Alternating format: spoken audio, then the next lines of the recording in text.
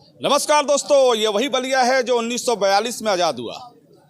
अब चर्चाएं होने लगी कि आज़ादी में सबसे आगे और विकास में सबसे पीछे क्यों रह गया बागी बलिया। बगावत की बात करने वाले, देश की क्रांति की बात करने वाले मंचों से बहुत कुछ बोला जाता है, लेकिन विकास में क्यों पीछे रह गया बलिया। इस धरती ने एक से एक नेता को जन्म दिया, इसके बावजूद भी बलिया विकास में कोसों दूर हो गया। आइए कुछ अधिवक्ताओं से राय लेते हैं, क्या मैं गलत बोल रहा हूं या ये सही बोल रहे हैं। आखिर वजह क्या रही कि बलिया विकास के पथ पर नहीं गया। जहां देश के प्रधानमंत्री चंद्रशेखर जी जैसे तमाम बड़े नेताओं ने इस धरती से जन्म लिया, इसके बाद भी बलिया विकास में बहुत पीछे हो गया। और जहां बगावत की बात आती है, क्रांति की बात आती है, तो देश बाद में आज़ाद हुआ लेकिन बलिया पहले आज़ाद हुआ। आइए बात करते हैं महेश जी, बलिया में कमी क्या दिखती है आपको। बलिया देखिए, आज़ादी में सबसे पहले बलिया बिगुल फुचले वाला बलिया रहा और हमेशा बलिया एक विकास पुरुष पैदा किया। हिंदुस्तान के लेवल पर जब जब किसी बगावत की बात है तो सबसे पहले बलिया आगे रहा है। कम समय में बलिया के प्रधानमंत्री चंद्रशेखर जी भी रहे हैं, लेकिन बलिया में विकास के मामले में शिक्षा और मेडिकल का अभाव बलिया में है, जिसका कोई किसी राजनेता ने आर्थिक से हल नहीं किया, ना भी है। इसलिए बलिया में मात्र दो चीज़ की बहुत ज़रूरत है, एक शिक्षा और एक मेडिकल। अगर बलिया में सुधर जाए तो बलिया का काकल्प हो सकता है, बहुत बढ़िया बलिया हो सकता है। बात हो रही है मेडिकल कॉलेज की, लेकिन बिल्डिंग भवन तमाम पड़े हुए हैं। क्या डॉक्टरों की कमी मानी जाती है। नेताओं की कमी है, यहाँ ना जगह की कमी है, ना डॉक्टरों की कमी है, यहाँ नेताओं की कमी है जो केवल बातें करते हैं, काम कम करते हैं। केंद्रीय मिनिस्टर, बात करें केंद्रीय मिनिस्टर मऊ की, कल्पनाथ राय ने तो ऐसा मऊ बना दिया कि आज बलिया मऊ में इलाज कराने जा रहा है, लेकिन प्रधानमंत्री का क्षेत्र बलिया विकास से कोसों दूर हो गया।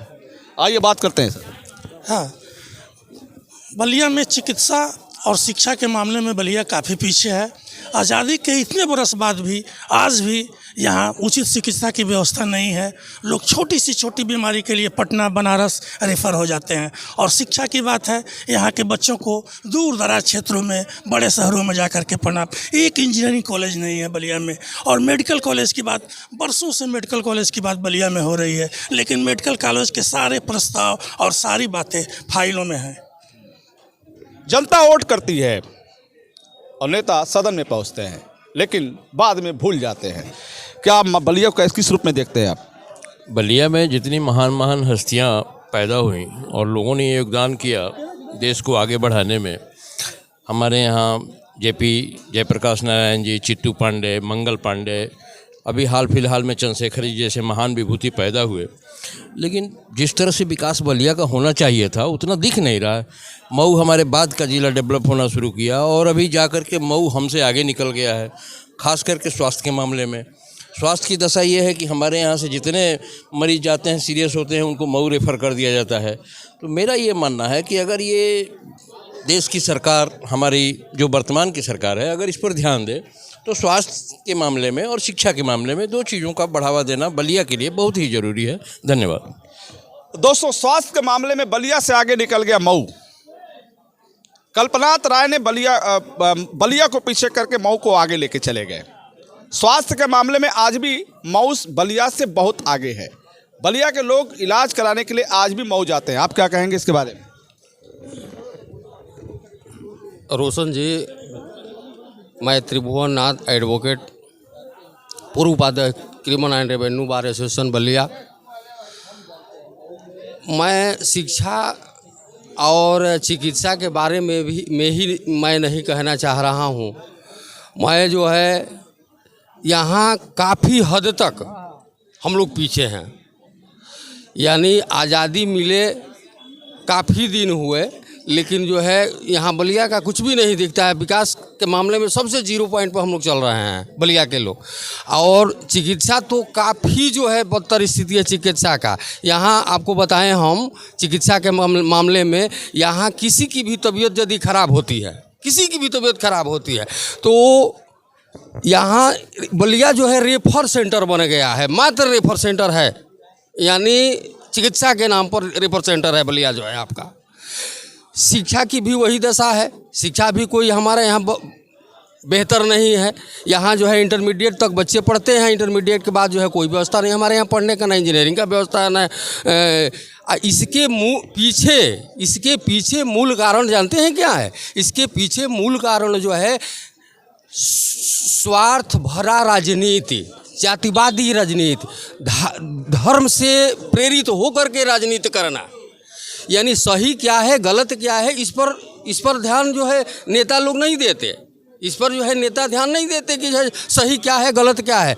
लेकिन हम लोग उस पक्ष के हैं कि सही क्या है, चाहे किसी जाति धर्म का इंसान हो, सही सही होता है, गलत गलत होता है।